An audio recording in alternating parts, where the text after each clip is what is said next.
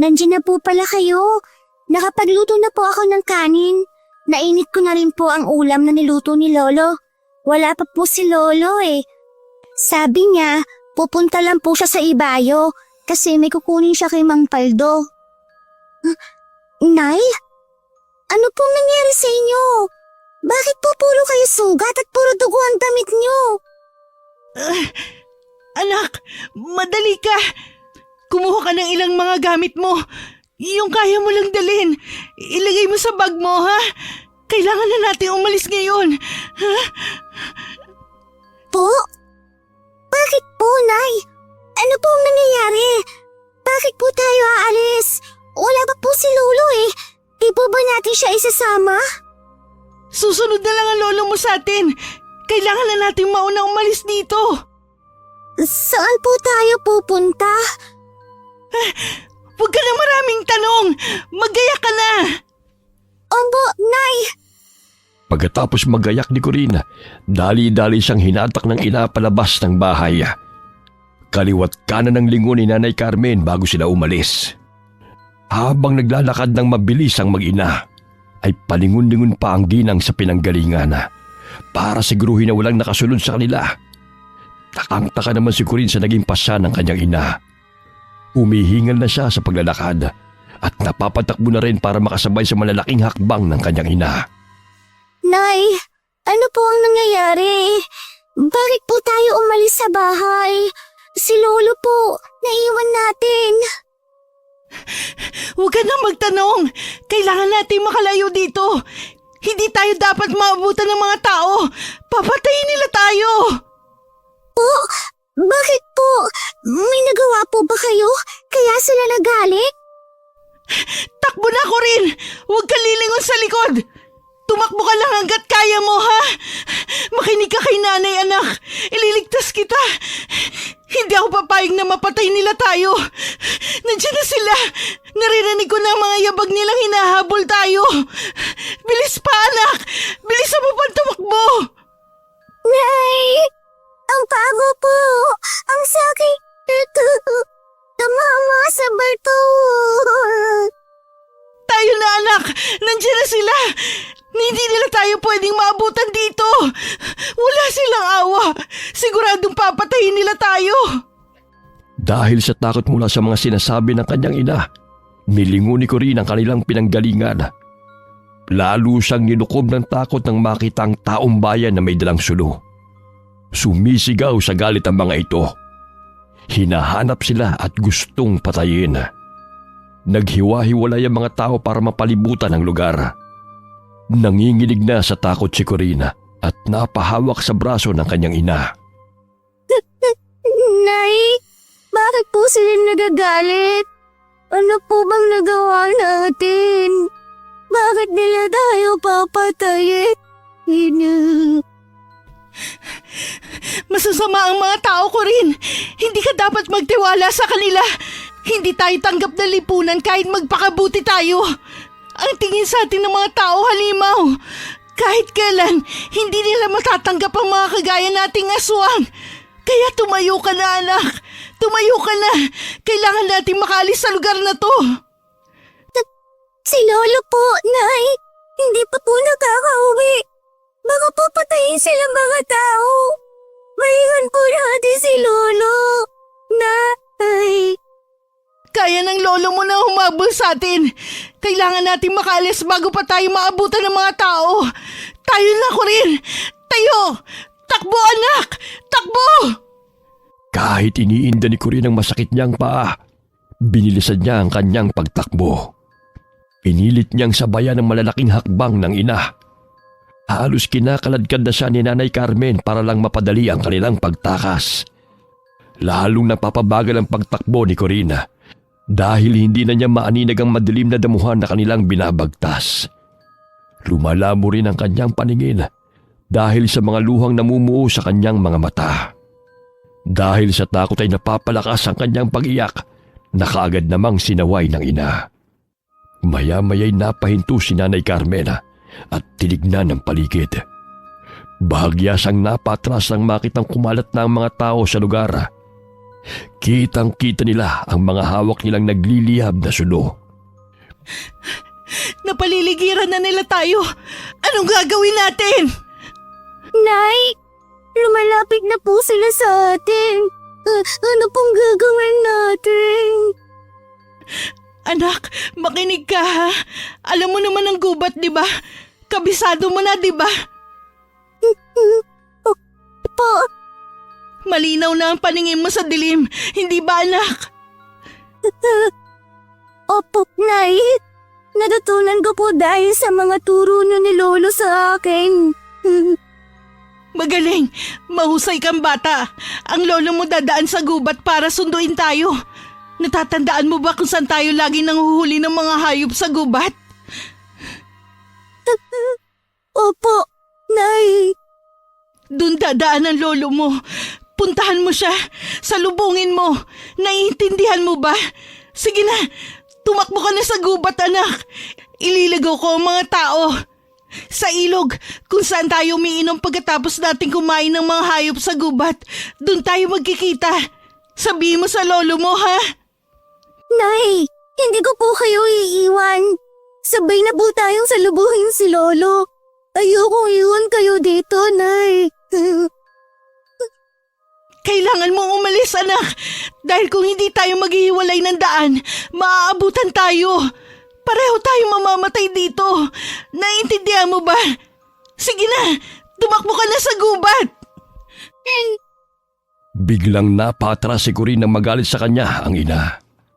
Namula ang mga mata nito at humaba ang matulis na pangil. Itinulak pa siya ng kanyang ina. Pagkatapos ay galit na umatungal para itaboy siya. Dahil sa atungal ni Nanay Carmen ay nakuha niya ang atensyon ng mga taong naghahanap sa kanila. Lalong natakot si Corinne, kaya mabilis na tumakbo papunta sa gubat. Inisip niyang kailangang makita niya kagad ang kanyang lolo para mailigtas nila ang kanyang ina. Habang tumatakbo'y naririnig pa niya ang sigawan ng mga tao, habang parang mabangis na hayop kung tugisin ang kanyang ina. Napahinto siya sa pagtakbo at nilingon sila. Kitang-kita niyang nasaan yung malaking aso na ang kanyang ina at mabilis na tumatakbo. Nagpapahabol ito sa mga tao. Pilit inilalayo ng kanyang ina ang galit ng mga tao para hindi masundan si Corinne.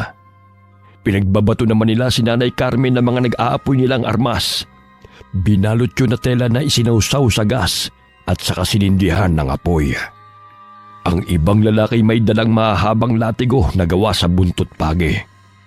Inihahagupit nila yun sa damo habang hinahabol ang ina ni Corinne. Napaiyak na ang bata dahil sa ginagawa ng mga tao sa kanyang ina. Maya-maya'y napaligiran na nila si Nanay Carmen. Dinig na dinig ni Corinne ang malakas na atungal ng kanyang ina habang salitang pinaghahagupit ng mga lalaki gamit ang kanilang latigo.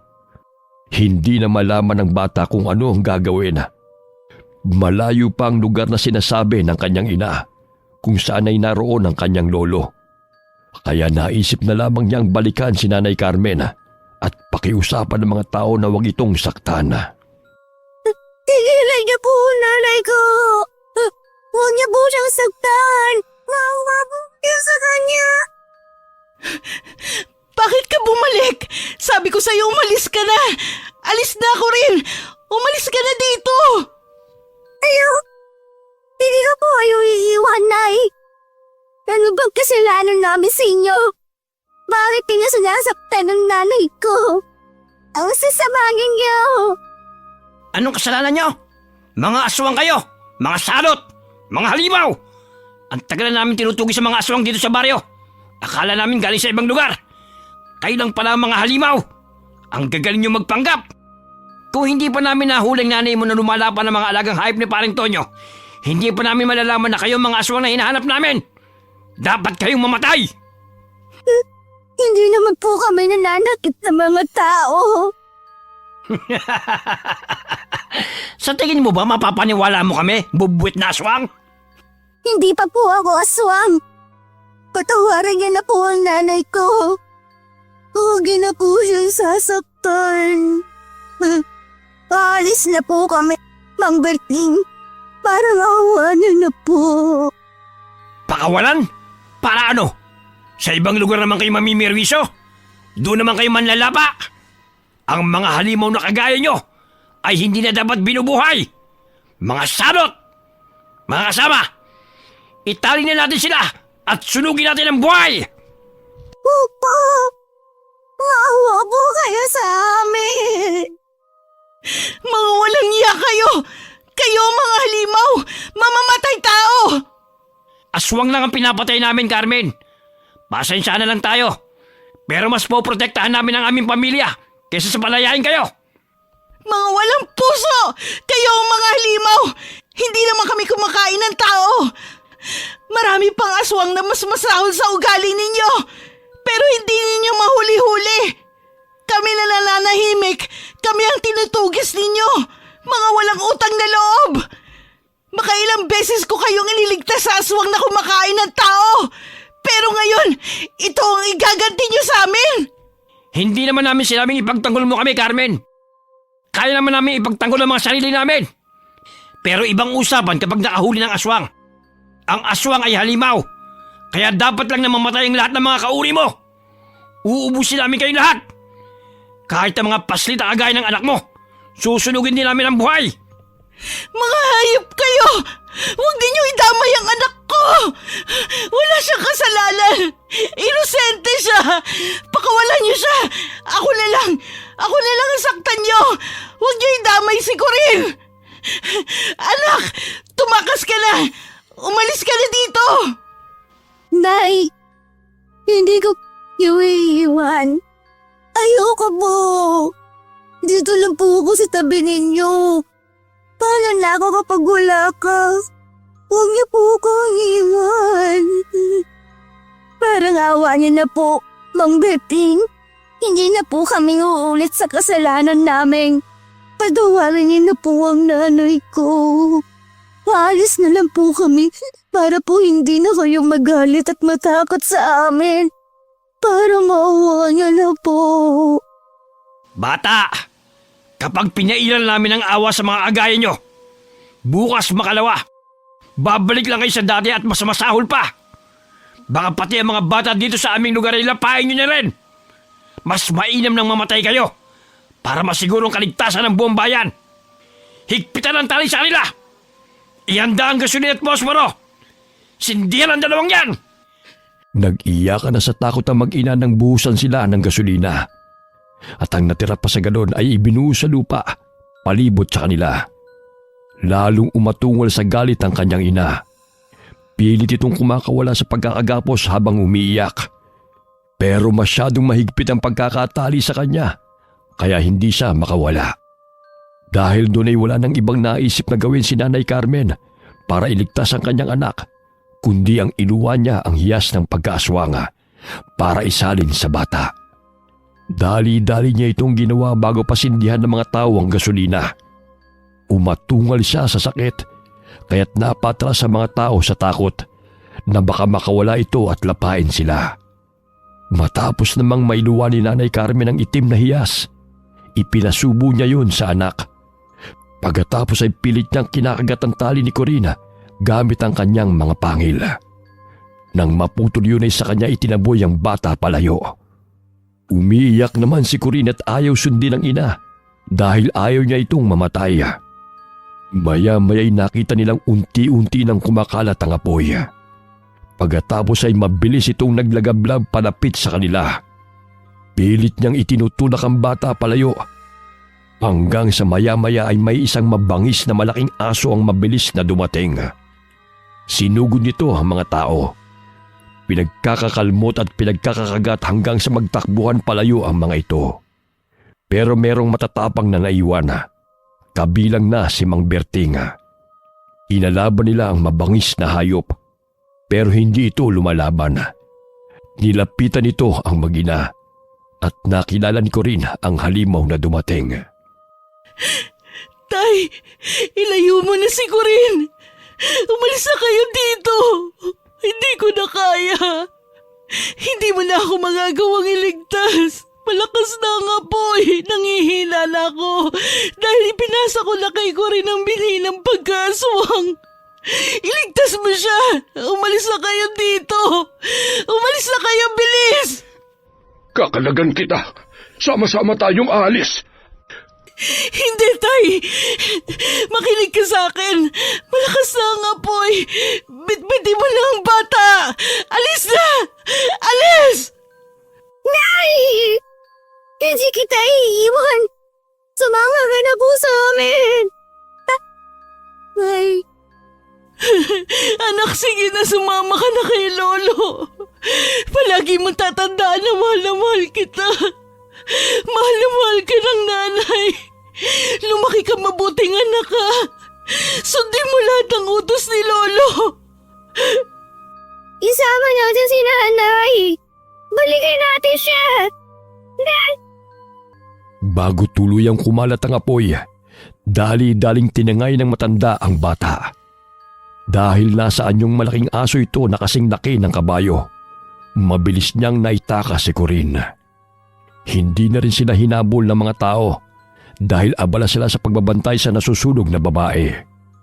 Sa di kalayuan ay huminto ang matandang lalaki at binitiwan niya ang apo. At sabay nilang pinagmamasdan mula roon ang malaking apoy na tumutupok kay Nanay Carmen.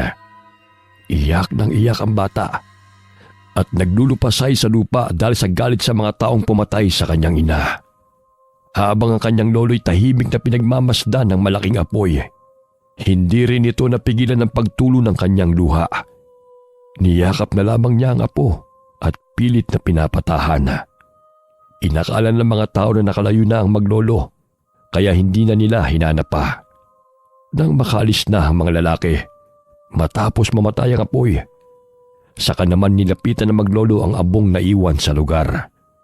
Umiiyak na dumakot ng abo si Corinne at ibinalot sa damit niyang kinuha mula sa dalang baga. Lolo, ito na lang po ang madadala kong alaala ni nanay. Wala na pong natira kundi abo. Ayos lang yan, Apo. Masayang nanay mo dahil ligtas ka. Nahuli ako ng dating. Hindi ko siya nagawang iligtas. Patawarin mo ko. Akala ko po, mababait ang mga tao. Pero, mas halibaw po sila sa atin, Lolo. Lahat ng nilalang ay may taglay na pagkahalimaw sa kanilang puso. Hindi natin sila masisisi kung umiral yon sa kanila dahil sa galit. Ang mahalaga, nabubuhay tayong mabuti. Kailangan na nating umalis. Hindi tayo pwede magtagal dito. Saan po tayo pupunta, Lolo? Sa kabilang bayan, maghahanap tayo na matutuluyan doon. Naglalakad ang maglolo sa kagubatan para makarating sa kabilang bayan. May mga sandaling nagaan yung hayop ang matanda at isinasakay niya sa likod ang apo para mapabilis sila sa paglalakad. Pupunta sila sa kaibigan ni Lolo Carding na si Lola Yoli. Kaibigan niya ito mula pa sa elementarya. Ang matandang babae kaisa-isang nagtatago ng lihim ng pagkatao ng kanilang pamilya. Noong nasa high school pa sila, ay nagawang iligtas ni Lolo Carding si Lola Yoli mula sa pananalakay ng mga aswang. Kaya nagkaroon ito ng utang na loob sa matanda. Alam niyang hindi siya matatanggihan ito sa panahong kailangan niya ng tulong. Nang dumating sila sa bahay ni Lola Yoli, kaagad silang tinanggap ng matandang babae. Napakalupit naman ng sinapit ninyong maglolo. Kaawa-awa ang batang ito. Napakaaga niyang naulila sa magulang. Pasensya ka na, Yoli, kung magiging pabigat kami maglolo sa inyo. Pero ikaw na lamang ang malalapitan ko. Alam ko, Carding. Hindi ko naman kayo'y tinataboy. Malawak ang lupain namin dito. Pwede kayo magtayo ng barong-barong ninyo maglolo. Sasamahan ko kayo sa bandang itaas. Malapit yun sa gubat. Kailangan medyo tago ang lugar na titirhan ninyo para hindi kayo pansinin ng mga tao. Isa pa sa gubat, pwede kayong mangaso ng mga hayop para may pagkain kayo. Maraming salamat, Yoli. Malaking tulong ang ginawa mong ito sa amin.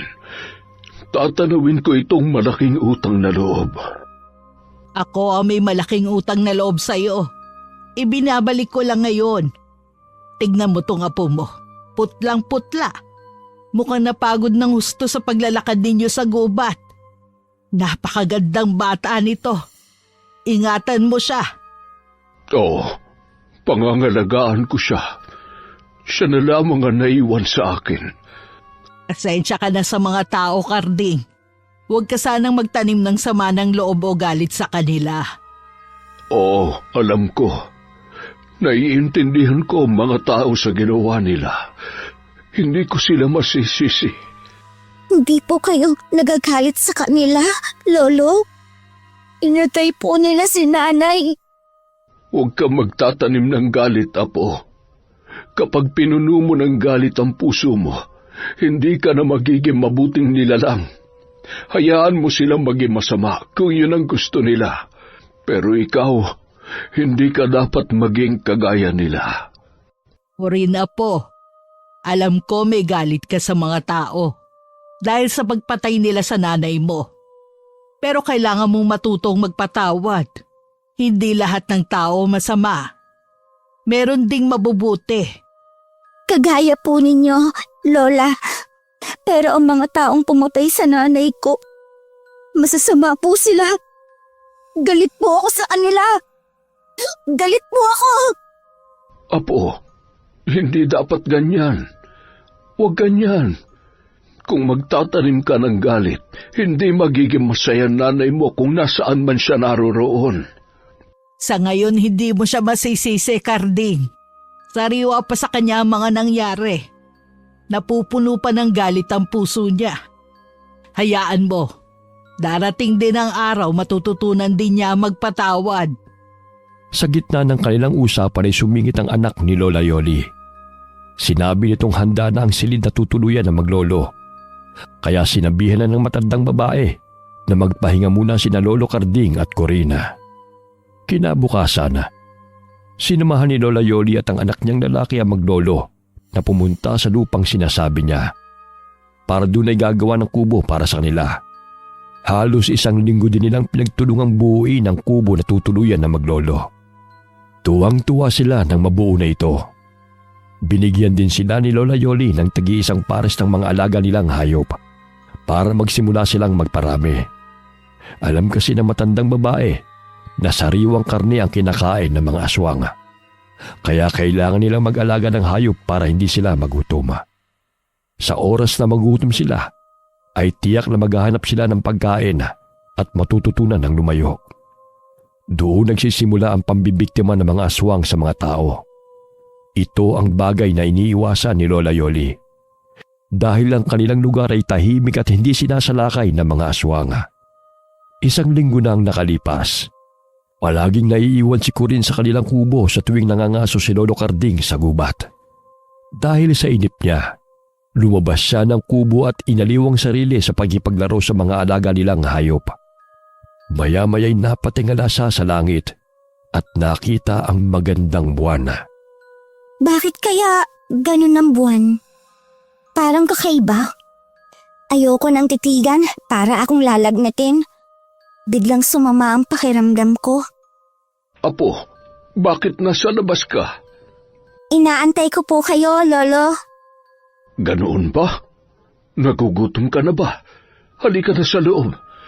Marami-rami ang nahuli kong hayop ngayon. Pakukuluan ko sa tubig ang iba, tapos yung iba, patutuyuin ko sa init ng araw para marami tayong imbak na pagkain. Lolo, bakit po minsan ang buwan ay kakaiba? Paanong kakaiba?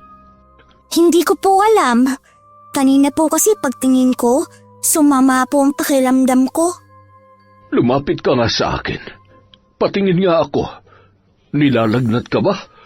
Ay, Sus Mariosep. Bakit po, Lolo? May sakit po ba ako? Ang mga mata mo, namumula na. Po? Bakit po? Mukhang umiepekto na ang binhi ng aswang na isinalin sa iyo ng nanay mo. Halika, doon tayo sa may haligi. Lolo, bakit po? Ano pong gagawin ninyo sa lubid na yan? Kailangan kitang itali, Apo. Tiisin mo lamang ha. Nagsasaaswang ka na. Dahil bago pa lamang yan, marami kang mararamdaman na kakaiba sa katawan mo. Masakit, mainit, gutom, uhaw. Sa dami, hindi mo alam kung ano ang gagawin. Magwawala ka at gugustuhin mong tumakas. Pero sa oras na mawala ka sa sarili, baka kung saan ka makarating at kung ano ang magawa mo. Delikado yon, kaya kailangan kitang itali. Magiging aswang na rin po ako, kagaya ninyo, Lolo? Oo po. Pero paunti-unti lang ang pagsasaaswang na mangyayari sa iyo, hanggang sa matanggap na ng katawan mo at magamay ang pagbabago mo ng anyo. Kapag kaya mo nang kontrolin, pwede na kitang hindi talian. Pero sa ngayon, para sa iyong kaligtasan, kailangan ay nakatali ka lamang. Sige po, Lolo. Gustong-gusto ko na pong maging aswang kagaya po ninyo ni Nanay. Kung ako lang, hindi ko gugustuhin na matulad ka sa amin, para hindi ka na masasaktan ng mga tao. Pero ipinamana sa iyo ng nanay mo ang binhi, kaya wala na akong magagawa pa. Ayoko pong maging tao, Lolo. Masasama ang mga tao. Mga halimaw sila. Pinatay nila si Nanay. Galit ako sa kanila. Galit ka pa rin sa kanila? Kahit na sinabi kong hindi ka dapat magtanim ng galit? Palagi ko pong napapanaginipan ang pagkamatay ni Nanay. Nung mamakaawa kami sa kanila pero hindi sila kunik. Nakakatakot ang mga galit nilang mga mata. Gustong-gusto kaming sunugin. Galit ako sa kanila. Hindi ko makakalimutan ang sigaw at tiyak ni Nanay habang nasusunog. Ang abo na lang niyang tanging alaalang nakuha ko mula sa kanyang labi. Paano ko sila mapapatawad?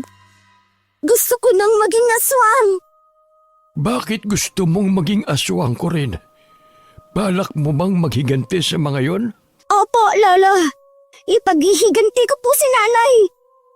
Mali. Hindi tama ang nasa isip mong yan. Kung ganyan lang ang plano mo, mas mabuti pang patayin na lamang kita. Papatayin mo ako, Lolo. Mas kakampihan mo ang mga taong pumatay sa anak mo. Ayokong balang araw ay makita kang nasa kalagayan ng nanay mo. Hindi ko kaya makitang pati ikaw ay susunugin nila. Kaya nga po, Lolo. Masasama sila. Kung nagagawa nilang patayin tayo nang hindi man lang nila totoo, bakit hindi natin sila patayin din? Dahil sa mga sinabi ni Corina, nakatanggap siya ng malakas na sampal mula sa kanyang lolo. Ito ang unang beses na sinaktan niya ito. Umiyak ng umiyak ang bata. Dahil sa ginawa ng matanda ay nagtanim na rin siya ng galit. Hindi niya maintindihan kung bakit mas kinakampihan ng lolo niya ang mga taong pumatay sa kanyang ina. Tumitig na lamang si Corinne sa buwan na nakikita niya mula sa labas ng bintana. Naisip niyang kapag tinitigan niya yon, kagaya ng ginagawa ng nanay at lolo niya sa tuwing nagpapalit ng anyo bilang aswang, mas mapapadali ang pagiging aswang niya. Hindi nagtagal, nakaramdam na rin siya ng mga kakaibang pakiramdam. Namilipit siya dahil sa sakit ng kanyang tiyan. Kumakalam ito na para bang may kung ano sa loob na hinahalukay ang kanyang bituka. Nakakaramdam din siya ng matinding gutom at uhaw. Pagkain. Lolo, nagugutom po ako. Gusto ko pong kumain. Heto, kainin mo itong atay ng bago kong huling baboy sa gubat. Ayoko po niyan, Lolo. Ayoko ng nilagang karne. Hindi mabango. Gusto ko po ng sariwa. Yung buhay pa. Gusto kong ako ang pumatay sa kanya. Hindi. Hindi ko hahayaan na pumatay ka, kahit hayop pa yan. Ayokong kumain ka ng sariwang karne. Hindi ka dapat masanay sa ganoon. Sanayin mo ang sarili mo sa nilagang karne para hindi ka matakam sa hilaw. Ito ang kainin mo. Ayoko! Ayoko niyan! Gusto ko ng buhay. Ako ang papatay sa kanya gamit ang matutulis kong kuko. Nanilisik ang mga mata ni Corina at nagawa pa niyang kalmutin ang kanyang lolo. Nagalit ang matanda at nasampal na naman siya sa pisngi. na maluktot si Corinne sa sulok habang umiiyak. Tiniis niyang masakit na sikmura dahil sa kumakalam na tiyana. Buong gabi siyang namiminipit sa sakit ng tiyana. Umiiyak siya at paulit-ulit na tinatawag ang kanyang ina. Hanggang sa sumapit ang umaga. Hinang-hina ang kanyang katawan. Naaamoy niya ang niluluto ng kanyang lolo. Pamilyar na sa kanyang mabangong amoy ng nilagang karne. Dahil palaging yun ang kanilang kinakain. Lolo, ang bango po ng niluluto niyo ngayon. Gusto mo na uli ang nilagang karne? Opo, nagugutom po ako. Mukhang natapos na ang pagkalam ng tiyan mo sa sariwang karne. Kakalagan na kita sa pagkakatali.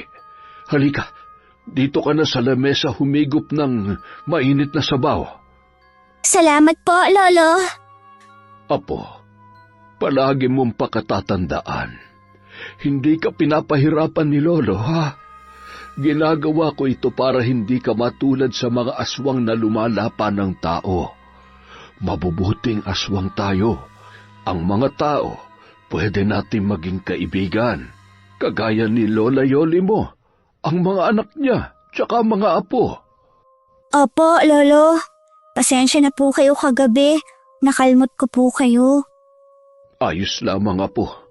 Hindi naman malalim ang kalmot na yon. Heto, humigop ka ng mainit na sabaw bago mo kainin ang karne. Hanggang kailan po ako magiging mabangis, Lolo? Mabangis? Ano ang ibig mong sabihin? Kagabi po. Di ba, naging mabangis na halimaw ako? Ah, yun ba? Nagsisimula ka pa lang kasi sa pagkaaswang mo. Pero alam kong malalagpasan mo ang pagsubok na yan. Masasanay ka rin sa uri ng buhay natin at magagawa mo ring itakwil ang pagkain ng sariwang karne. Paano po pag hindi ko nagawa? Papatayin niyo po ba ako? Huwag mong isipin yan. Nandito ako para gabayan ka, apo. Hindi ko hahayaan na ikaw ay mapahamak. Hanggat nabubuhay ako, hindi kita hahayaan na tumikim ng sariwang karne. Hindi ka matutulad sa mga aswang na hayok sa laman hanggang sa hindi na makontento. Kaya nagagawa nilang lapain ang mga tao. Sige po, Lolo. Susundin ko po ang lahat ng sasabihin ninyo. Kahit mahirap po, hindi ako titikim ng sariwang karne. Ganyan. Tama yan. Sige, kumain ka na, apo. Kagabi pa walang laman yan tiyan mo. Pero dahan-dahan lamang sa pagkain, ha? Baka ikaw ay mabigla. Opo, Lolo. Masarap po kasi ang karne kahit nilaga lang. Oo, masarap talaga yan. Tuwing bilog ang buwan, itinatali ni Lolo Carding ang dalawang paa ni Corina para hindi makatakas. Habang lumilipas ang araw, pinatunayan ni Corinne sa kanyang lolo na hindi na siya naaakit at natatakam sa sariwang laman. Unti-unting naranasan ng bata ang ikalawang antas ng pagsasaaswanga, ang pagpapalit ng anyo. Mas nahirapan siya rito kaysa sa una dahil binabanat ang kanyang katawan at mga buto. Dahil lumalabas ang kanyang pangil at matutulis na kuko. Humahaba na rin ang kanyang dila at naglalabas ng malalapot na laway. Kitang-kita ni Lolo Carding ang paghihirap ng kanyang apo. Kaya ibinigay niya ang langis na ginagamit nila para maibsan ang sakit sa tuwing nagpapalit ng anyo. Nanginginig ang kamay ng bata nang kunin ang langis na nasa garapon. Kahit nanlalambot ang katawan, ay inihaplos niya yon sa buong katawan. Nakatulong ang langis sa pagbawas ng sakit habang siya ay nag-iiba ng anyo. Nakatulong din ang pagtitig niya sa buwan.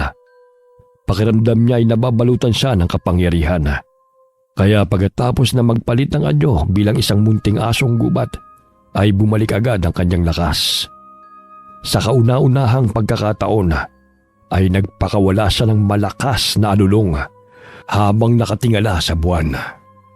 Bumalik din ang kanyang anyo bago pa sumapit ang umaga. Kagaya ng dati niyang ginagawa, naghahanap siya ng pagkain. Palagi namang may mainit na sabaw sa kusina na inihanda ng kanyang lolo. Sarap na sarap siya sa paghigop noon nang pumasok sa kubo ang matanda. Kumakain ka na pala, Apo. Gutom na gutom ka na naman. Dahan-dahan lang sa paghigop ng sabaw. Mainit yan. Saan po kayo galing, Lolo? Sa likod, nagpakain ako ng mga alaga nating hayop. Lolo, Ano yon? kapag nasa aswang po kayong anyo, bakit po hindi ninyo kinakain ng mga alaga nating hayop? Dahil ayoko. Saka sa tagal na panahon nang hindi ako tumitikim ng sariwang karne, hindi ko na hinahanap yon. Mas gusto kong kinakain natin yan. Kapag pinakuluan ay di hamak na mas malambot kainin. Ganun po pala. Magiging katulad po ninyo akong aswang, Lolo. Paglaki ko po, Dapat magpalaki ka ng mabilis. Dumadami na ang mga alaga nating hayop. Abay, dapat matulungan mo na akong mag-alaga. Tumatanda na ang lolo mo. opo, tutulungan ko na po kayo magpakain ng mga alaga natin. Ay, mabuti yan. Sige, kumain ka na ng marami para lumaki ka kaagad. Unti-unting nagamay ni Corinne ang pagkaaswang niya. Hindi na rin nag-aalala si Lolo Carding dahil kahit nasa aswang na anyo ang bata, ay hindi ito tumitikim ng sariwang karne.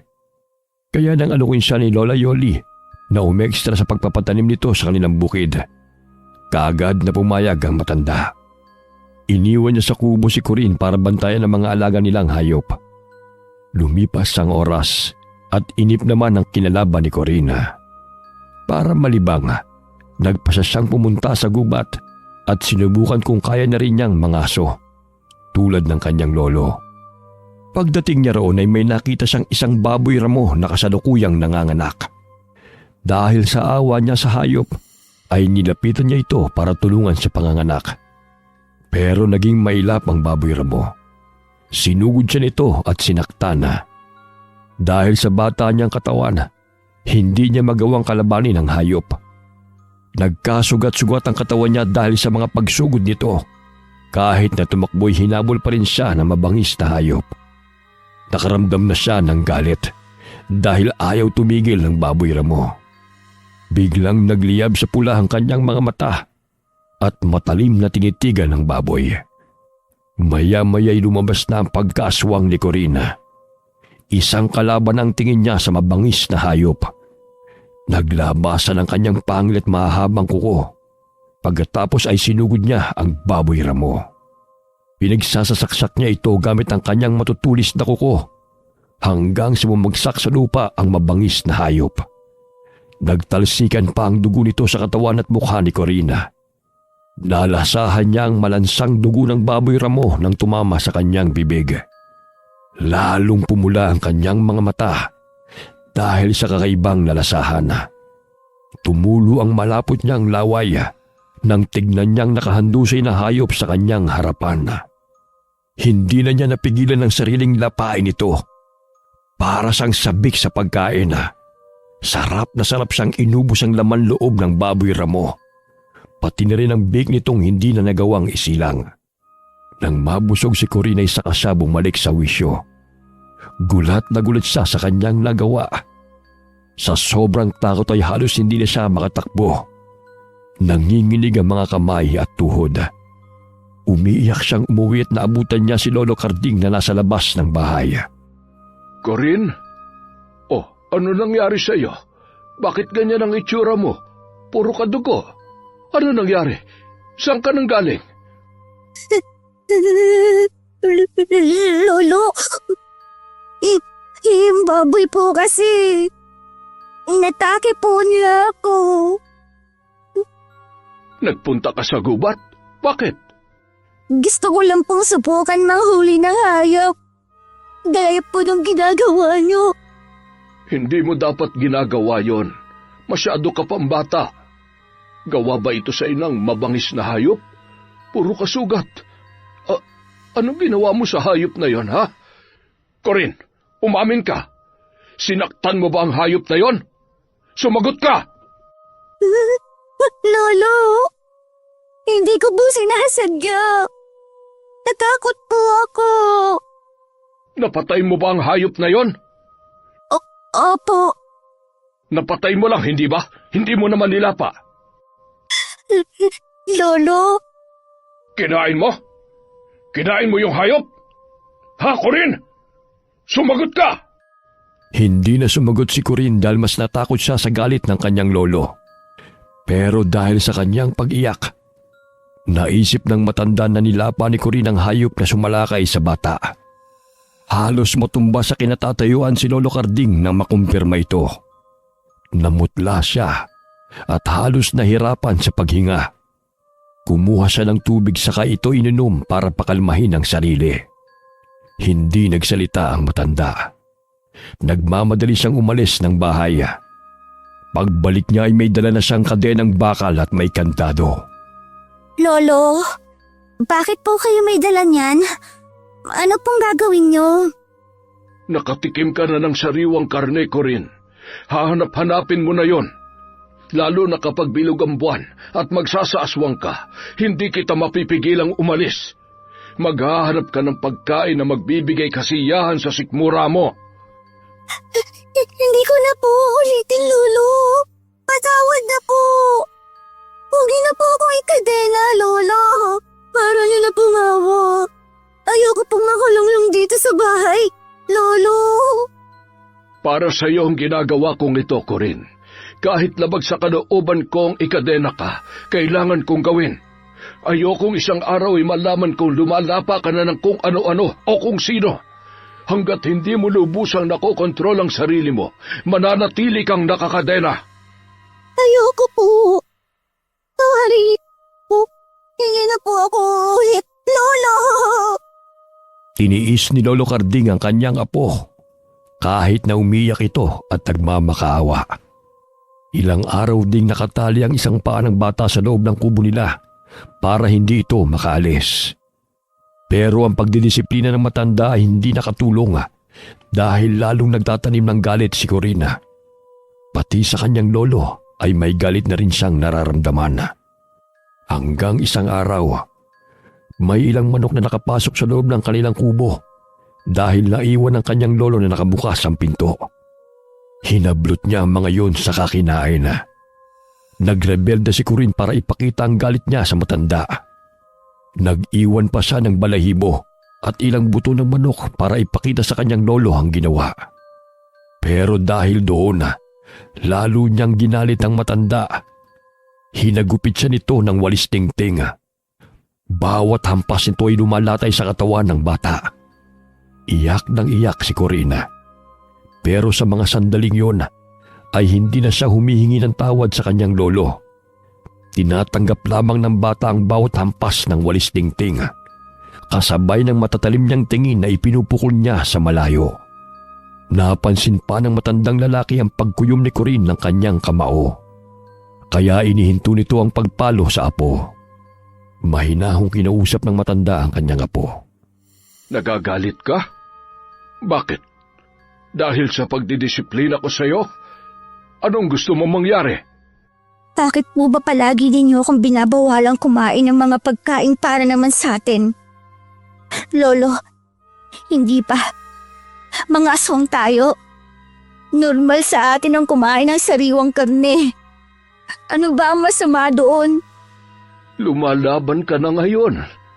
Gusto mo nang kumain ng hilaw dahil nasarapan ka sa hayop na nilapa mo sa gubat. Gusto mo bang tuluyang maging halimaw? Ha? Mga halimaw naman po talaga tayo, di ba?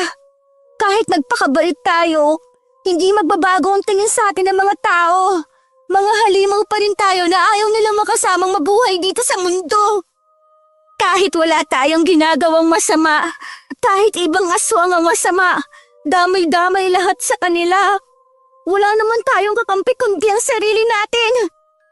Saan mo nakukuha mga sinasabi mong yan? Kung nilapa mo lang po ang mga taong yon, hindi sana mamamatay si nanay. Mahihiligtas mo sana siya. Pero hindi mo ginawa. Hinayaan mo masunog si nanay sa apoy. Pinabayaan mo siya. Nagre-rebelde ka dahil sa mga ginawa ko? Gusto mong gumanti sa mga tao, ganun ba? Opo, ipaghihiganti ko ang nanay ko. Sige, gawin mo. Mukhang kayang-kaya mo na nga ang sarili mo sa batang edad mong yan. Sige, magsaswang ka at gantihan mo silang lahat. Galit na kinalaga ng matanda ang kanyang apo sa pagkakatali ng paa nito sa kadena. Pagkatapos ay kiniladkad pa niya itong palabas ng bahay. Ipinagtabuyan niya ang apo habang sinasabihan nitong gawin na ang gustong paghihiganti. Sa sama ng loob ni Corinne sa kanyang lolo, tumakbo siya at lumayo. Umiiyak siya habang tumatakbo at hindi na pinapansin kung saan siya nakarating. Napadpad siya sa gilid ng kalsada kung saan may nakita siyang lalaking naaksidente sa motor. Duguan ang binti ng lalaki habang pilit na itinatayo ang motor. Mula sa kinaroroonan ni Corina ay amoy na amoy niya ang malansang dugo ng lalaki na ang dating sa kanya ay napakasarap na inumin. Namula ang kanyang mga mata at lumabas kagad ang kanyang pangil. Gusto niyang salakayin ng lalaki pero hindi niya nagawa. Tinignan na lamang niya ito hanggang sa makaalis. Pagkatapos ay naglakad na uli siya pabalik sa kanilang bahay. Wala siya sa sarili habang naglalakad at panay pa rin tulo ng kanyang luha. Maya-maya'y nakarinig siya na nagsalita. Corinne, ikaw ba yan, apo? Lola, Yoli. Ano ginagawa mo rito sa kalsada? Baka mamaya masagasaan ka ng mga sasakyan. Delikado rito para sa bata. Halika, sumakay ka dito sa tricycle. Pambihira ka, ang layo na narating mo ah. Mabutit na padaan kami. Saan po kayo galing? Sa palengke. Lingguhan kaming pumupunta doon para mamili ng pang-isang linggong pagkain. Malayo kasi ang palengke dito sa atin, apo. Nasaan pala ang lolo mo? Bakit hinayaan kang lumabas ng walang kasama? Pasensya na po. Hayaan mo na. Ako na lang ang kakausap sa lolo mo. Tamang-tama at nakita kita. Nung nakarang araw pa kita naiisip Kasi may mga pinagliitan na damit dun sa bahay. Ito kasing apo ko nakaedad mo, malaking bulas na bata. Ang bilis liitan ng mga damit. Ibibigay ko sa iyo ang mga yon. Tiyak na magugustuhan mo. Abay, magaganda ang damit na yon. Bagay na bagay sa'yo. Salamat po, Lola. Pagdating sa bahay, hinanap kaagad ng matanda ang mga damit na ibibigay niya kay Corinne. Matyaga namang naghintay ang bata sa sala. Nang makuha na ni Lola Yoli ang hinahanap, ay kagad niyang ipinakita sa bata. Ipinasukat pa niya ang ilan sa mga damit. Tuwang-tuwa si Corinne dahil nagustuhan niya ang mga damit na yon. Pagkatapos nilang magsukat, ay mismong si Lola Yoli na ang naghatid kay Corinne sa kubo nila. Habang naglalakad sila, naisipan ni Corinne na tanungin ng matanda. Lola Yoli, Ano yun, apo? mga aswang po kasi kami.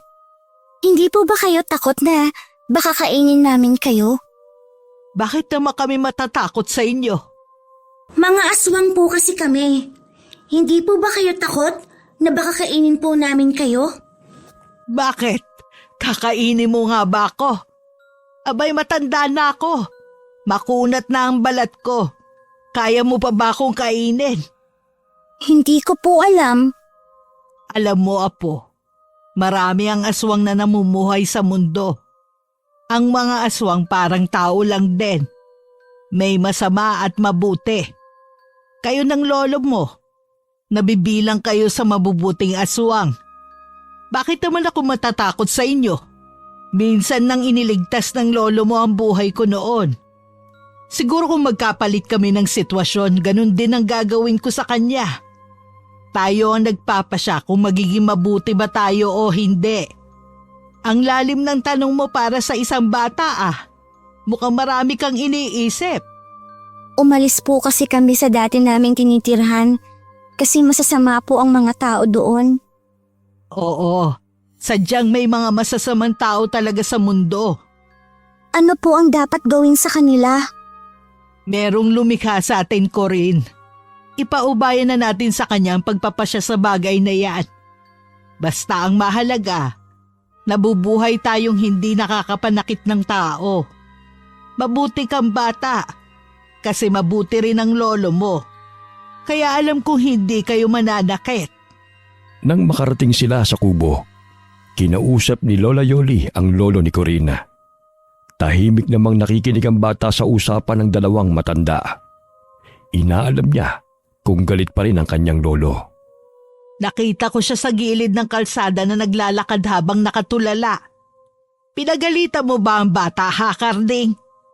Oo, napagbuhatan ko siya ng kamay. Hindi tamang pagdidisiplina ang pananakit, Karding. Ayusin mo nga ang buhay mo. Lalayo ang loob sa'yo ng bata kapag mali ang pagdidisiplina mo sa kanya. Tama ka nga siguro. Natatakot lamang ako, Yoli. Natatakot akong baka maging mas masahol pa sa halimaw si Corinne. Matinding galit ang itinatago niya sa kanyang puso dahil sa pagkamatay ng kanyang ina. Gusto niyang makapaghiganti. Dapat talaga siyang magabayan ng tama. Hindi mo siya dapat iniiwan dito sa kubo ng mag-isa. Isama mo siya kahit saan ka magpunta para nababantayan mo siya. Sige, hayaan mo't gagawin ko yan. Pagkatapos ng usapan nila, ay nagpaalam na rin ang matandang babae. Pagkalis naman ito, ay saka naman hinarap ni Lolo Karding si Corina. Anong nakita mo sa daan kanina? Po? Bakit hindi mo nilapa ang lalaking yon? Di ba naghihiganti ka? Gusto mong manakit ng mga tao? Bakit hindi mo ginawa? Hindi ko po alam. Para po kasing kawawa siya. Mukha po siyang napilay. Kawawa? Naaawa ka sa kanya? Opo. Ganun pala. Maglinis ka na ng katawan at kumain na tayo. Matutulog tayo na maaga. Bukas, isasama kita sa bukid para hindi ka naiinip dito. Hindi na po kayo galit sa akin, Lolo. Ikaw ba? Galit ka ba sa akin? Dahil sinaktan kita? Kanina po. Pero ngayon hindi na. Ako rin. Hindi na ako galit sa iyo, Apo. Lolo! Tama. Huwag ka nang umiyak. Palagi mong isipin na mahal ka ni Lolo, kaya kita dinidisiplina. Dahil ayaw ko mapahamak ka. Ha? Pero kahit kailan, hindi ako magagalit sa iyo. Ikaw na lamang ang tanging meron ako. Natatakot lamang ako na baka mawala ka rin sa akin, Apo.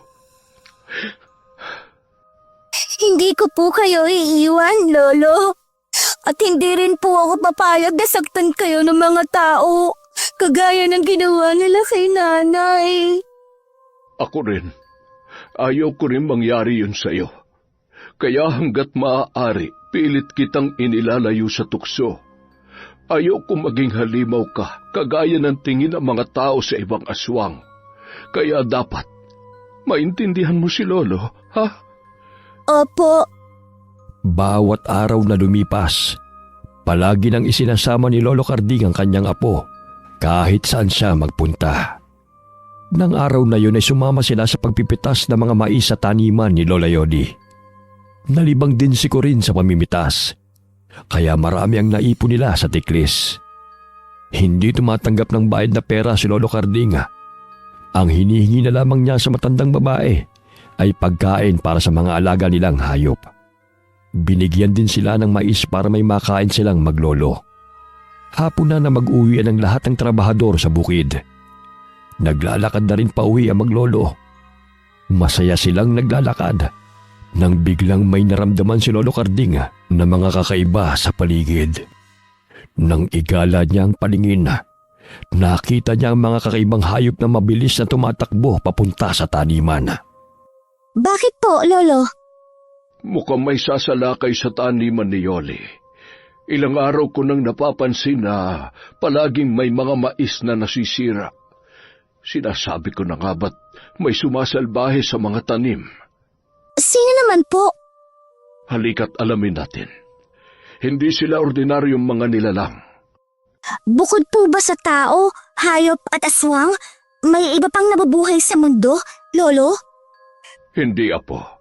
Palagay ko ay mga aswang din ito. Pero mga magnanakaw sila. Halika dito. Magtago tayo dito sa matataas na mais at na mahuli natin sila. Hinintay nilang makalapit ang mga magnanakaw. Maya-maya'y isa-isa nang nagdatingan ng mga hayop na nasa anyong baboy. Pagkalapit nila sa maisan, ay kaagad na nag-anyong tao ang mga ito. Pinagpipipitas nila ang bunga ng mga mais at isinisilid sa bag na nakasukbit sa kanilang likod. Oo nga, mga aswang din sila. Anong aswang po sila, Lolo? Mga kiwig sila, Apo. Mga aswang na ayaw magbanat ng buto. Ang gusto lang ay magnakaw. Hindi ako papayag na kunin nila ang mga mais ni Oli. Lolo, ano po ang gagawin ninyo? Masyado po silang marami. Baka masaktan lang po kayo. Dumito ka lang. Huwag kang lalabas dito sa pinagtataguan mo, ha? Nanatiling nakatago si Corinne at pinapanood ang gagawin ng kanyang lolo. Kahit matanda na'y matapang at maliksi pa rin kumilos si Lolo Carding. Mahinahon itong kinausap ang mga kiwig. Pero tinawanan lang ng mga aswang ang matanda. Nang hindi na magustuhan ng mga ito ang pagbabawal ni Lolo Carding sa kanila, bumalik sa pagkaaswang ang mga lalaki at sinalakay na ang matanda. Nagpalit naman ng anyo si Lolo Carding bilang bagat. Isang malaking asong gubat na kasing laki ng kalabaw. Nilabanan niya ang mga kiwig, ang mga aswang na nasa anyong baboy ramo. Dahil mas malaki si Lolo Carding sa mga kiwig, hindi niya iniinda ang mga pagsalakay ng mga ito. Hindi naman sinasaktan ng matanda ang mga aswang. Sa halip ay tinataboy lamang niya ang mga ito. Galit siyang umaatungal sa mga kiwig habang pilit silang itinataboy. Pero mas nanaig ang galit ng mga baboy ramong aswang. Pinagtulong-tulungan nila ang matanda. Pinagkakagat nila ng sabay-sabay sa iba't ibang parte ng katawan si Lolo Carding hanggang sa maibuwal nila ito. Nakaramdam ng galit si Corinne sa mga kiwig dahil sa pananakit ng mga ito sa kanyang lolo. Nagpalit ng anyo bilang aswang ang bata at saka lumabas sa pinagtataguan. Tigilan niyo ang lolo ko! Sinabi kong huwag kang lalabas doon. Hindi mo sila kaya. Magtago ka na uli, Apo. Umalis na kayo dito, mga magnanakaw na kiwig! Ang sasama na ugali ninyo! Dapat magtrabaho kayo ng patas! Hindi yung kinukuha ninyo ang pananim ng iba! Tama na, Apo. Magtago ka na. Susugod na sila sa'yo. Umalis ka na dito. Takbo na, bilis! Natakot si Corinne nang makita ang ilang mga kiwig na tumatakbong palapit sa kanya. Hindi na niya malaman ang gagawin, pero buo ang isipan niya na lumaban. Kasing laki niya ang mga baboy ramong aswang, kaya naisip niyang kaya niyang tapatan ang lakas ng mga ito. Ikinaskas niya ang unahang paa sa lupa at saka nagbuga ng hangin na pinadaan sa ilong. Sinalubong niya ng matalim na tingin ang mga papalapit na kiwig. Bawat lumalapit ay binabangga niya ang ulo ng mga ito. Pagkatapos ay kinakalmot gamit ang matutulis niyang kuko. Nang masaktan siya ng isa sa mga kalaban, ay lalong nag-igting ang kanyang galit. Mas mabilis siyang sumugod at dinamba ang mga kalaban. Pagkatapos ay pinagkakagat niya ang mga ito. Sinusuwag naman siya ng mga kiwig gamit ang mahaba nilang pangil. Umatungal sa sakit si Corinne. Pero lalo niyang ikinatapang ang bawat sugat na kanyang natatamo. Maya-maya'y lumapit na sa kanya si Lolo Carding. Huwag ninyong gagalawin ang apo ko. Akong makakalaban ninyo. Okay na po kayo, Lolo? Oo naman. Hindi naman umabot sa bituka ko mga atake nila. Pagtulungan natin silang itaboy, Apo. Hindi pwede ang mga magnanakaw na aswang sa lupain ng Lola Yoli mo. Aba, Lolo! Nilabanan nila ang mga kiwig hanggang sa umatras sa mga ito. Pagod na pagod ang maglolo sa pakikipaglaban. Pagkaalis ng mga aswang na baboy ramo, ay nagsataw na uli ang maglolo. Nagpahinga sila sandali, Pagkatapos ay naglakad na para makauwi ng bahay. Napadaan sila sa bahay ni Lola Yoli at tinawag sila na matandang babae dahil nag-alala sa sugatang itsura ng dalawa. Oh, bakit ngayon lang kayo nakauwi? Gabing-gabi na. Saan ba kayo pumuntang maglolo? Teka, bakit ganyan ang itsura ninyo? Puro kayo sugat. Yoli, pwede bang sa loob ng bahay mo na kami sermonan? Oo nga pala. Halika, pumasok kayo sa loob at magamot din ang mga sugat ninyo. Ben! Anak! Maglabas ka lang gamot! Gamutin mo ang sugat nila! Wag na. Hindi naman ito kagaya ng sa inyo na ginagamot. Kaya naming lawayan ito mamaya pag uwi sa bahay. Ano ba ang nangyari, ha, Karding?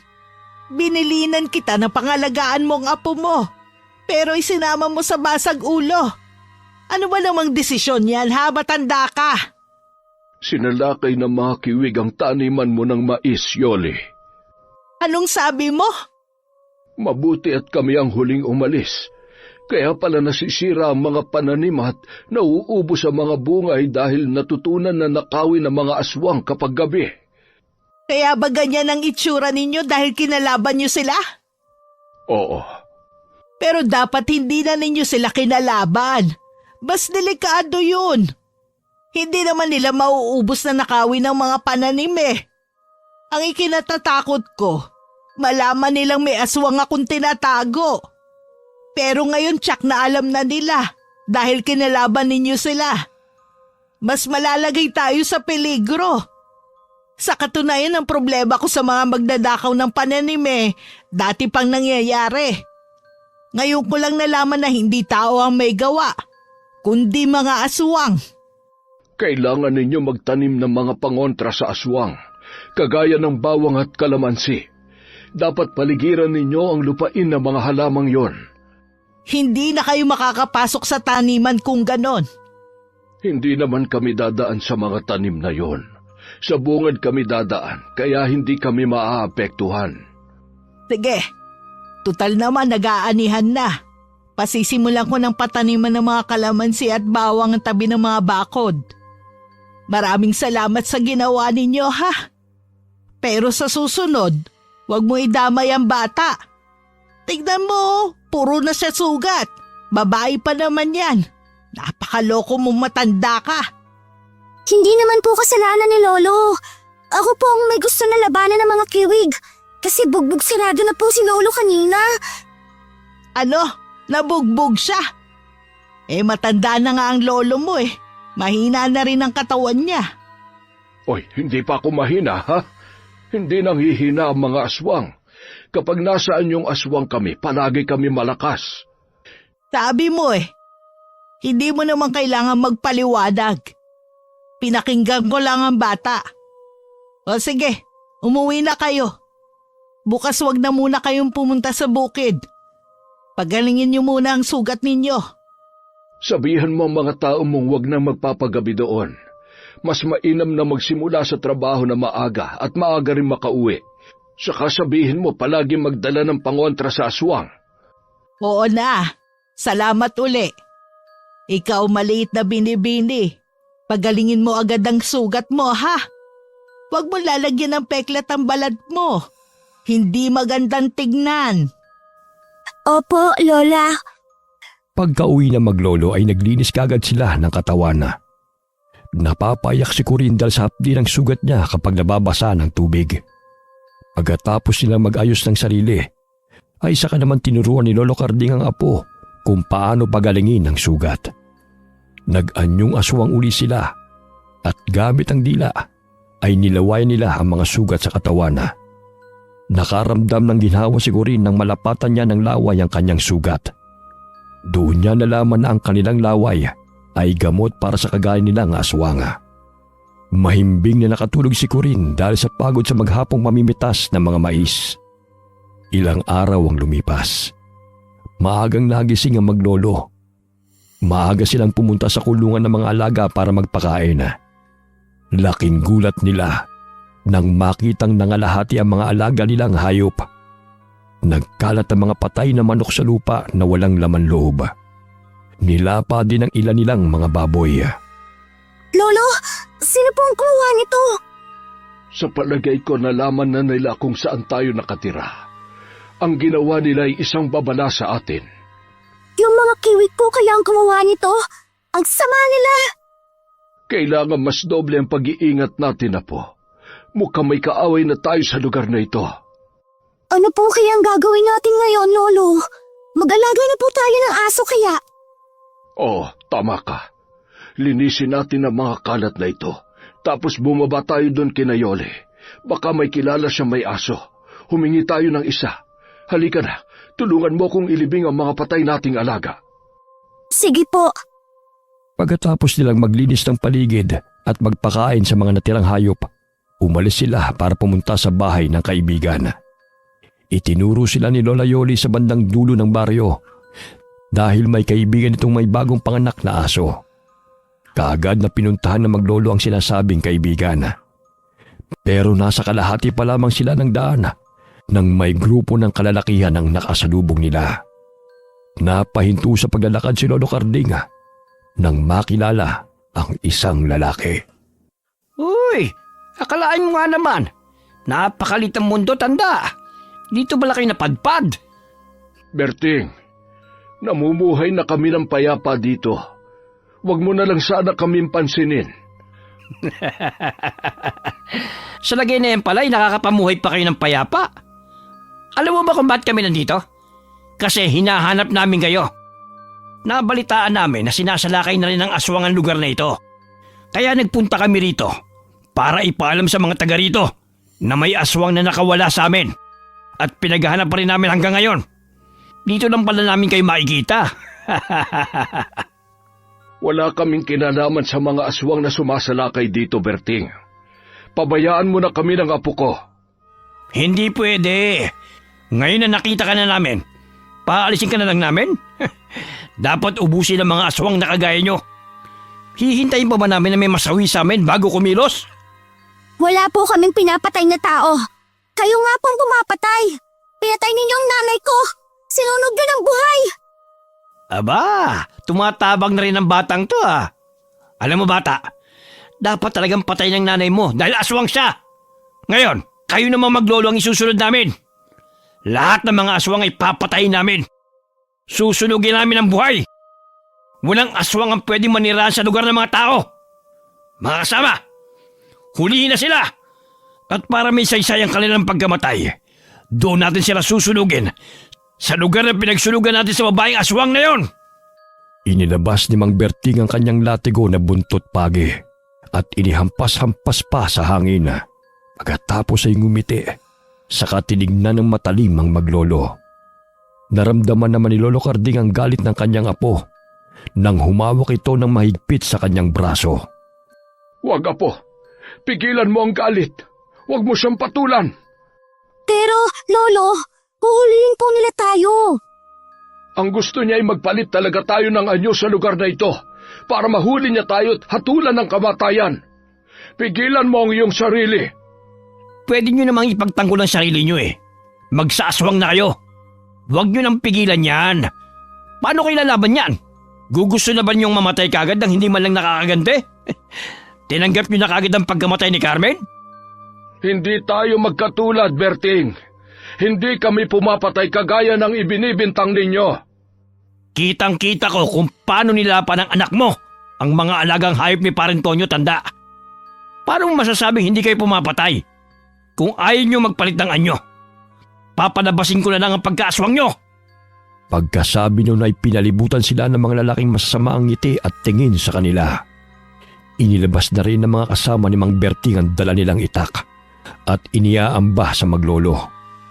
Sinusundan ng tingin ng maglolo ang bawat kilos ng mga lalaking humahakbang paikot sa kanila.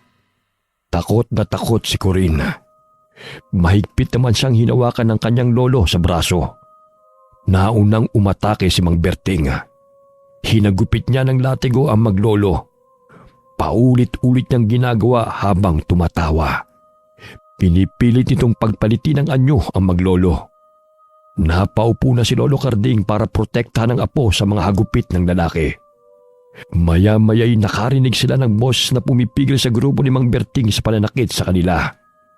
Nang tignan ni Lolo Carding kung sino yun, nakita niya si Lola Yoli na dumating sakay ng tricycle na minamaneho ng anak nitong lalaki. Anong ginagawa mo, Berting? Bakit mo hinahagupit ng latigo ang dalawang yan? Ikaw pala, Aling Yoli. Ipapakilala ko lang sa iyo ang maglolo na ito. Sila yung mga tinutugis kong mga aswang. Napatay na namin ang anak ng matandang to. At silang dalawa naman ay nakatakas. Sa wakas, natagpuan din namin sila. Kaya kukunin namin sila at dadalhin sa aming lugar para doon parusahan. Ano ang patunay mo ng mga aswang sila? Hindi ka naman taga rito pero dito ka nagmamalupit. Umuwi ka doon sa lugar ninyo at doon ka manghuli ng mga aswang. Kung may aswang man sa lugar namin, hayaan mo kami ang humuli sa kanila.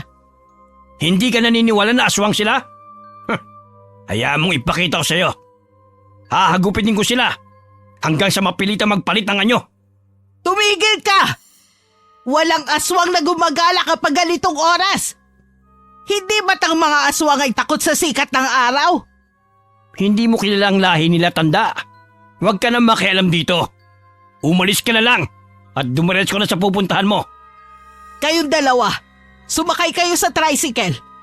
Ako ang magdadala sa inyo sa barangay. Kung talagang aswang kayo, darating ang oras na magpapalit kayo ng anyo nang hindi sinasaktan. Ikaw naman, Berting, kung gusto mo makita ang pagpapalit nila ng anyo, dalawin mo na lang sila sa barangay. Bakit mo pinagtatakpan ng dalawang yan? Hindi ko sila pinagtatakpan. Inilalayo ko lang sila sa mga kagaya mong hindi nag-iisip. Dali-daling sumakay sa tricycle ang maglolo para makaiwas sa lalaki. Pagkatapos ay sumakay na rin si Lola Yoli sa tricycle at iniwang nagngingit-ngit sa galit si Mang Berting. Dinaanan nila ang asong hinihingi ni Lolo Carding. Pagkatapos ay umuwi na sila. Malalim na nag-iisip si Lolo Carding dahil naisip niyang hindi naligtas ang lugar na yun para sa kanila ng kanyang apo. Habang nag-iisip ay dumating si Lola Yoli para kausapin siya. Binigyan siya nito ng malaki-laking halaga at sinabihan siyang umalis na sa lugar at magpakalayo-layo. Sumang-ayon naman ang matandang lalaki sa sinabi ng kaibigan. Ang tanging iniisip na lamang niya ay ang kaligtasan ng kanyang apo. Habang nag-uusap ang dalawang matanda, ay pinapakinggang mabuti ni Corinne. Muling naalala ng bata ang kaawa-awang sinapit ng kanyang ina sa kamay ni Mang Berting. Dahil doon ay naisip niyang ipaghiganti na ang kanyang ina bago nila iwan ang lugar. Palihim siyang umalis habang nag-uusap ang dalawang matanda. Nagpunta siya sa likod bahay at doon nagpalit ng anyo bilang malaking aso. Mabilis siyang tumakbo at gamit ang kanyang ilong ay hinahanap niya kung nasaan si Mang Berting. Ilang minuto rin siyang tumatakbo hanggang sa makita na niya ang lalaki na naglalakad sa ilang na lugar kasama ang ilang kalalakihan. Nagtatawanan pa sila habang naglalakad. Nagpapayabangan din kung ilang aswang na ang kanilang napapatay. Nagtago muna sa makapal na damo si Corinne habang kumukuha ng tiyempo na sumalakay. Nang makakuha na siya ng pagkakataon, bigla niyang ginulat ang mga lalaki sa kanyang pagsulpot. Uy, mga pare! May sumulpot na malaking aso! Mukhang galit na galit to ah! Sinong kumakain ng aso sa inyo, ha? Hulihin natin siya at gawin nating asusena! Sakto din tong pampainit ng katawan! Pwede rin pulutan! Hindi nyo na magagawa sa akin yon. Dito na kayo mamamatay sa lugar na ito. Ba't nagsasalitang aso? Kapag sinaswerte ka nga naman, aswang na ang lumapit sa atin. Atakihin natin siya! Hindi siya pwedeng makatakas ngayon! Pagkasigaw ni Mang Berting ay saka naman sabay-sabay na umatake ang mga kasama nito. Kanya-kanya sila ng sugod gamit ang kanilang itak. Pero iwinasiwas lamang sila ni Corinne gamit ang malakas na mga pagsipa. Nang tumilapon ng mga lalaki, saka binalingan ni Corinne si Mang Berting. Matapang ang lalaki at buo ang loob na sumugod. Sinabayan nito ng paghagupit ng latigo ang bawat pagsugod. Mabilis namang naiiwasan ni Corinne ang mga atake ng lalaki. Puro galit ang nararamdaman niya rito. Isang malakas na kalmot ang ibinigay niya kay Mang Berting at tumama yun sa mukha ng lalaki hanggang sa tiyan. Nag-iwan yun ng mahaba at malalim na sugat. Lalo namang tumapang si Mang Berting kaya hindi ininda ang sakit ng sugat niya. Muli siyang sumugod sa aswang na aso. Bago pa lumapat ang latigo niya sa katawan ni Corina, nauna nang ilapat ng bata ang kanyang mga pangil. Bumaon ito sa balikat ng lalaki at sa kanya iwinasiwas. Napaigik pa ang lalaki nang bumagsak sa lupa. Sabay-sabay naman na sumugod ng mga kasama ni Mang Berting. Mabilis na iniwasan ni Corina ang talim na mga itak nila. Hindi siniseryoso ni Corina ang mga kasamang lalaki ni Mang Berting dahil wala naman silang kasalanan sa kanya. Tanging si Mang Berting lamang ang gusto niyang paghigantihan. Pinagtatapakan lang ni Corina ang katawan ng mga lalaki nang bumagsak sa lupa para hindi na sila makabangon. Pagkatapos ay muling hinarap ng bata si Mang Berting. Ano? Masama na ang tingin mo sa aking aswang ka? Lalapain mo na ba ako? Dapat gawin mo na bago pa kita maunahan. Ikaw ang pumatay kay nanay. Dahil sa'yo, nawalan ako ng ina. Kaya dapat lang na mamatay ka. Para maramdaman din ng mga anak mo ang mawalan na magulang. Ikaw? Ikaw ang batang anak ni Carmen? Ganyan palang itsura mo kapag nasaan yung aswang ka. Isang malaking tuta. Hindi ako tuta. At dahil sa'yo, ipinagmamalaki kong aswang ako at lalapain ko mga kagaya mo. Galit na pinagkakagat ni Corinne ng lalaki. Napuno siya ng galit at hindi na nakapag-isip ng tama. Naputol na ang kanang braso ni Mang Berting dahil sa malakas niyang pagkagat. Ipinakita pa niya kung paano niyang nguyain ang brasong yun at saka nilunok. Nakita niya ang takot sa mga mata ni Mang Berting, pero itinatago lamang sa malalakas na pagtawa. Tama yan. Matakot ka sa akin. Ang batang aswang na ginawa mong ulila. Ipatitikim sa'yo ang malupit kong paghihiganti. Sige! Patunayan mo sa akin na isa ka talagang aswang na lumalapa ng tao. Sige! Itinatanggi pa ninyong maglolo ang gawain yan. Pero ngayon, pinatunayan mong masama kang halimaw. Hindi kami masamang halimaw. Kayo ang masamang tao. Dapat sa inyo ay mamatay. Kung ang masamang aswang na sinasabi mo ay dapat mamatay, dapat ding mamatay ang masamang taong kagaya mo. Nang akmang ibubuka na ni Corinne ang kanyang bibig para lapain ang lalaki, bigla namang may bumundol sa kanya, dahilan para bumagsak siya sa lupa. Nang tignan niya kung sinong may gawa nito, nakita niya ang kanyang lolo. Hingal na hingal ito na tila mula sa mabilis na pagtakbo. Nasaan yung asong bagat ang lolo niya nang dumating?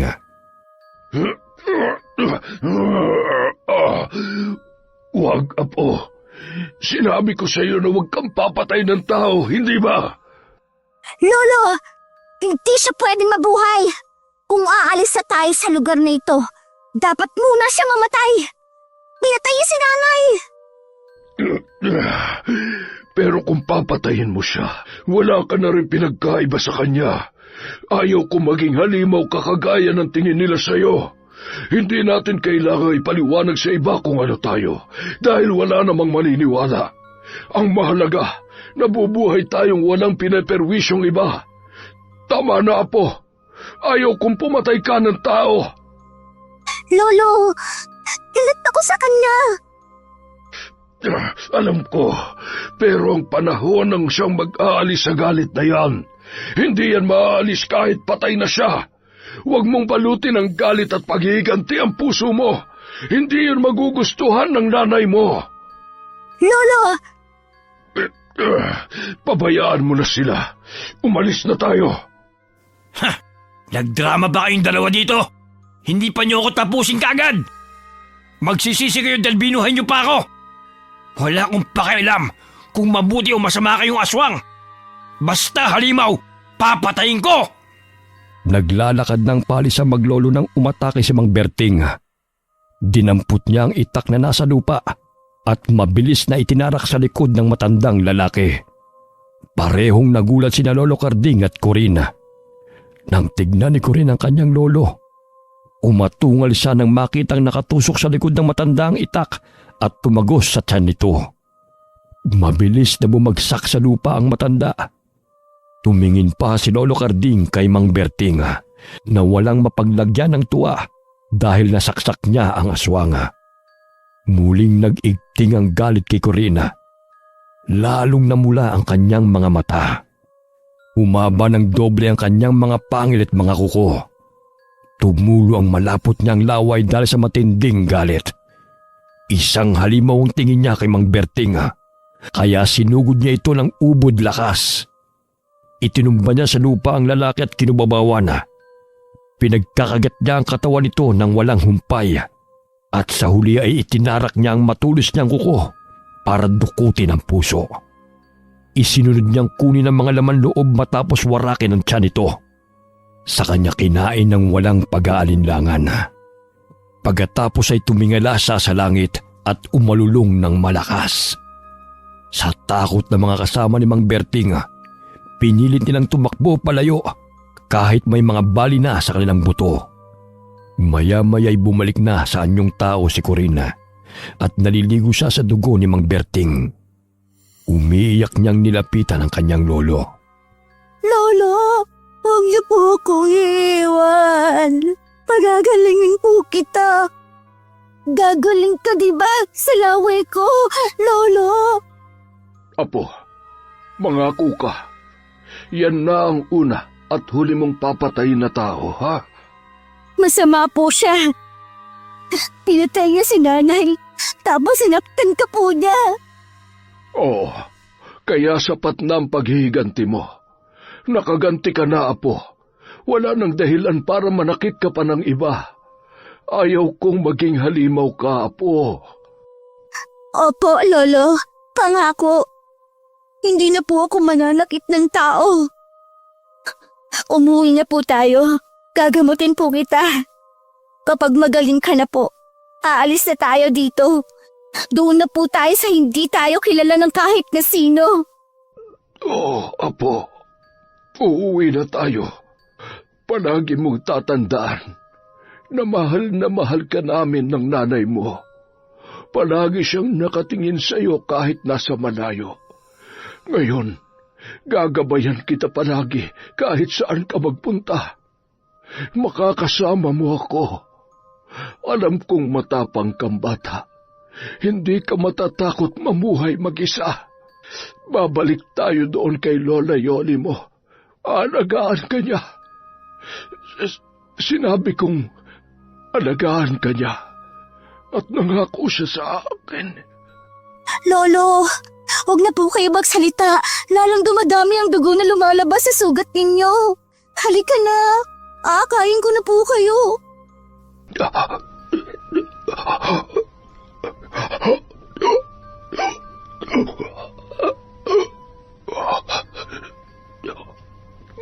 Mahal na mahal kita, Apo. Umuwi na tayo.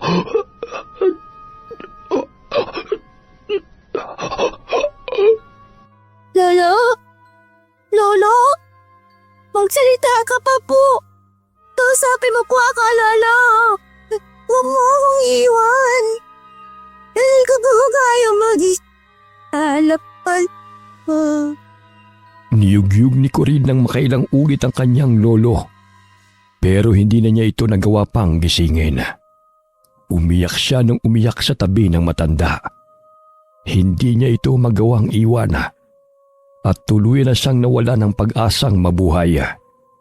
Ilang oras ang lumipas at sa kakahanap sa kanya ni Lola Yoli ay nakita rin siya. Umiyak ang matandang babae nang maabutan niya ang sinapit na maglolo. Wala sa sariling isinakay ng matanda si Corin sa tricycle. Kinuha rin nila ang bangkay ng kaibigan at dinala sa kubo nilang maglolo. sa tabi ng puno ng bulak na malapit sa kubo. Doon nila inilibing ang matandang lalaki. Matapos tabunan ng lupa ang hukay, ay muling umiyak si Corinne. Nagsaaswang na bagat pa sa anyong malaking aso at pilit na hinuhukay ang labi ng kanyang lolo habang umaalulong.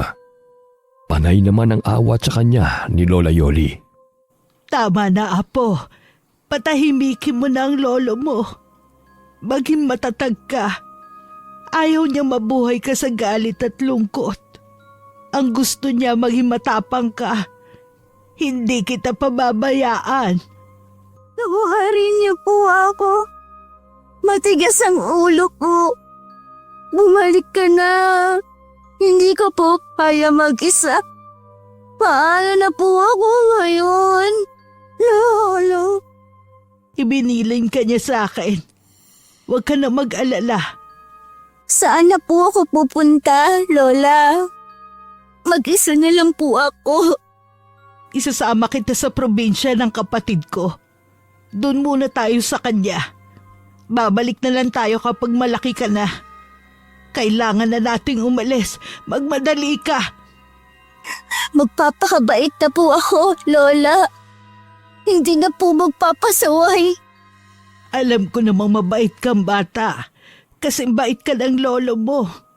Hindi lang naging magandang kapalaran para sa'yo. Pero mula ngayon, magiging maayos na ang lahat. Hindi na nag-aksaya ng oras ang dalawa. Nang gabing yun ay inilisan nila ang lugar. Pumunta sila sa kapatid ni Lola Yoli na nasa Marinduque. Ilang taon nang lumipas nang bumalik ang maglola sa Capiz. Saktong panahon yun ng kanilang pagbalik dahil tahimik na ang kanilang lugar. Naging payapa na mula sa mga kwentong aswang. Wala na rin mga taong tumutugi sa ganoong mga halimaw. Malaki na ang pinagbago ng lugar dahil ang mga naroon ay naging magkakaibigan na at dumami na rin ang mga bahay. Binalikan ni Corinne ang lugar kung saan dati nakatayo ang kubo nilang maglolo. Iginala niya ang paningin sa paligid hanggang sa matuon ito sa umbok ng lupa sa tabi ng isang puno. Ginapangan na ng mga damo ang libingan ng kanyang lolo. Naroon pa rin ang puno ng bulak at naglalabas na ng mga bulaklak ang bunga nito. Lolo, bumalik na po ako. Kumusta na po kayo? Alam kong masaya po kayo ni nanay dyan. Mababait po kayong aswang, kaya tatanggapin po kayo sa langit. Salamat po pala, kasi bago kayo nawala, ibinilin po ninyo ako kay Lola Yoli. Napakabuti po niya. Meron po kayong isang napakabuting kaibigan. Hindi po niya ako pinabayaan. Salamat po ng marami, kasi hanggang sa huli, ako pa rin po ang inisip ninyo. Mahal na mahal ko po kayo ni nanay. Nananalaytay pa rin po sa akin ang pagiging aswang.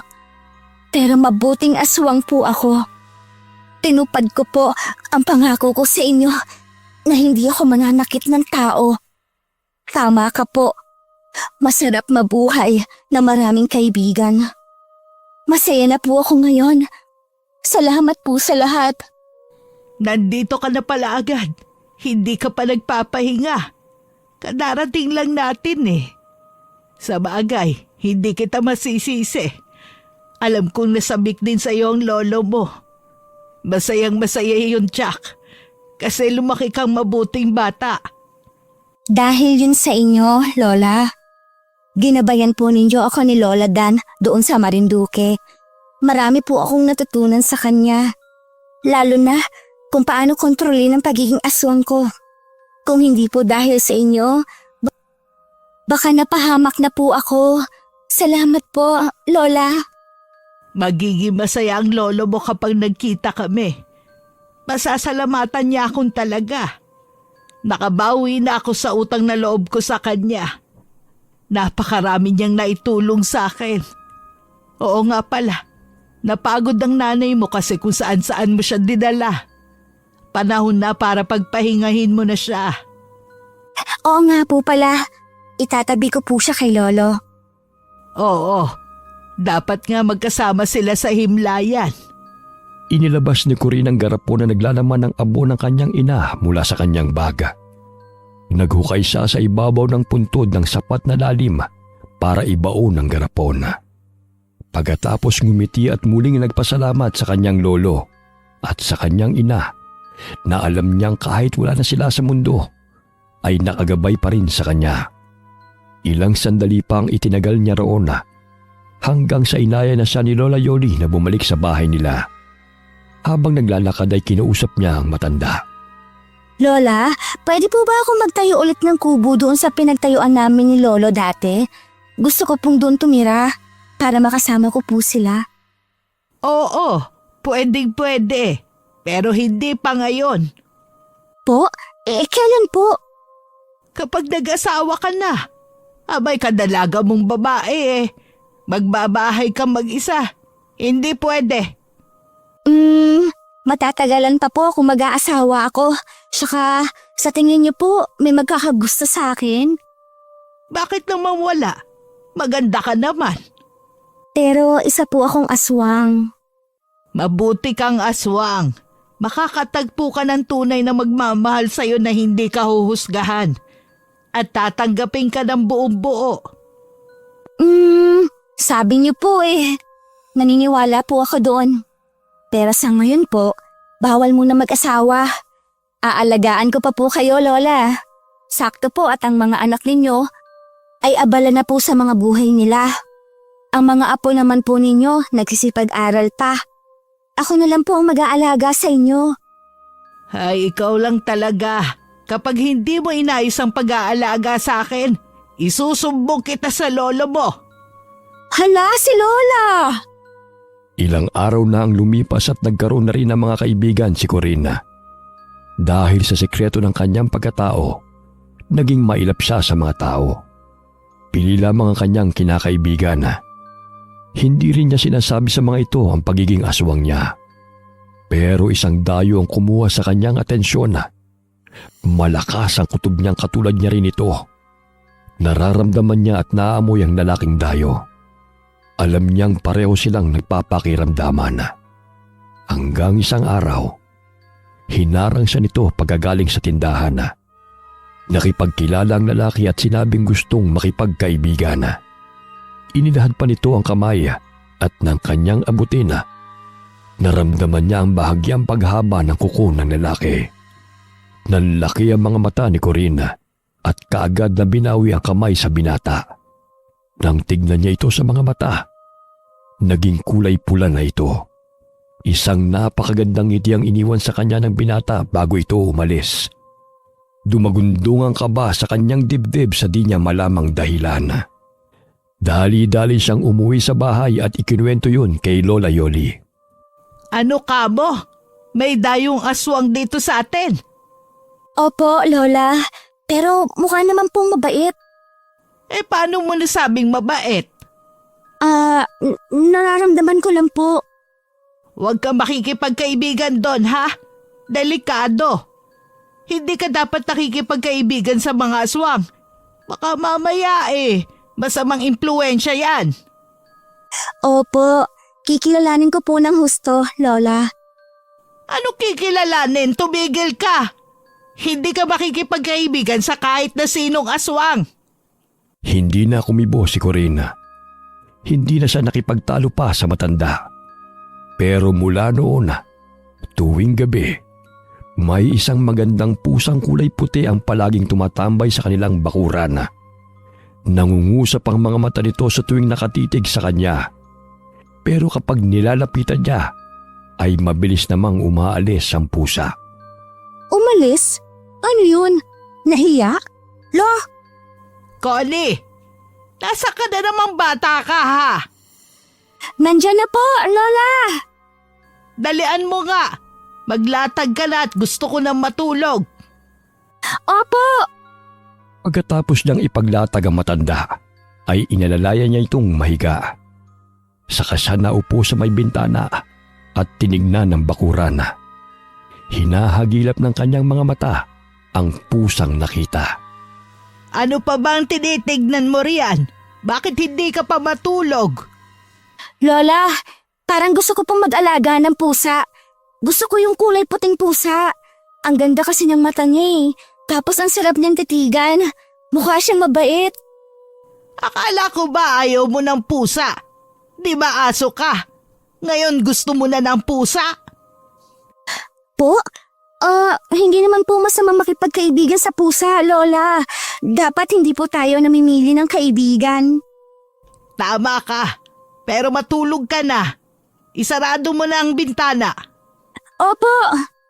Bago isarado ni Corinne ang bintana, nakita niyang muli ang puting pusa. Nakatingin ito sa kanya at kulay pula ang mga mata nito. Nginitian niya ang pusa, saka isinara ang bintana. Wakas.